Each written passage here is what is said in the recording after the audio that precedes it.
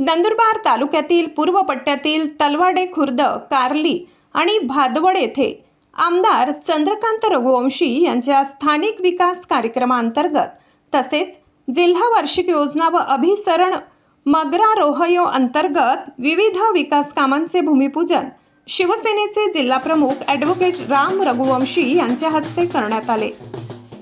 नंदुरबार तालुक्यातील पूर्व पट्ट्यातील तलवाडे खुर्द शनी मंडळ येथे आमदार चंद्रकांत रघुवंशी यांच्या स्थानिक विकास निधीतून अंगणवाडीचे बांधकाम करण्यात आले।